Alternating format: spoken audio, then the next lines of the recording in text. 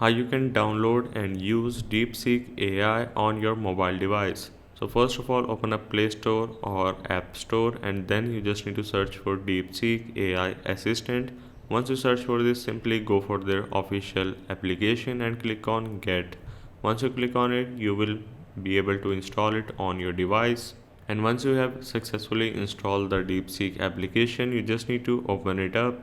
So the next step is signing up. Click on it, and then you just need to enter your email address, your password, and then add the verification code. Once you have added the verification code, click on sign up, and you have successfully made your DeepSeek account.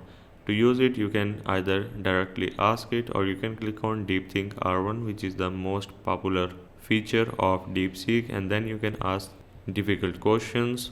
So as you can see, I have just asked a question: is morality objective or subjective? And let's see how it is going to respond.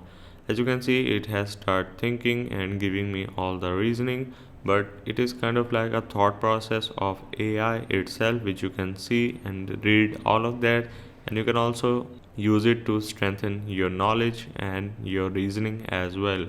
So you can also include the search if you want. Otherwise, you have a new chat option on the top right, and then you can repeat the same process again.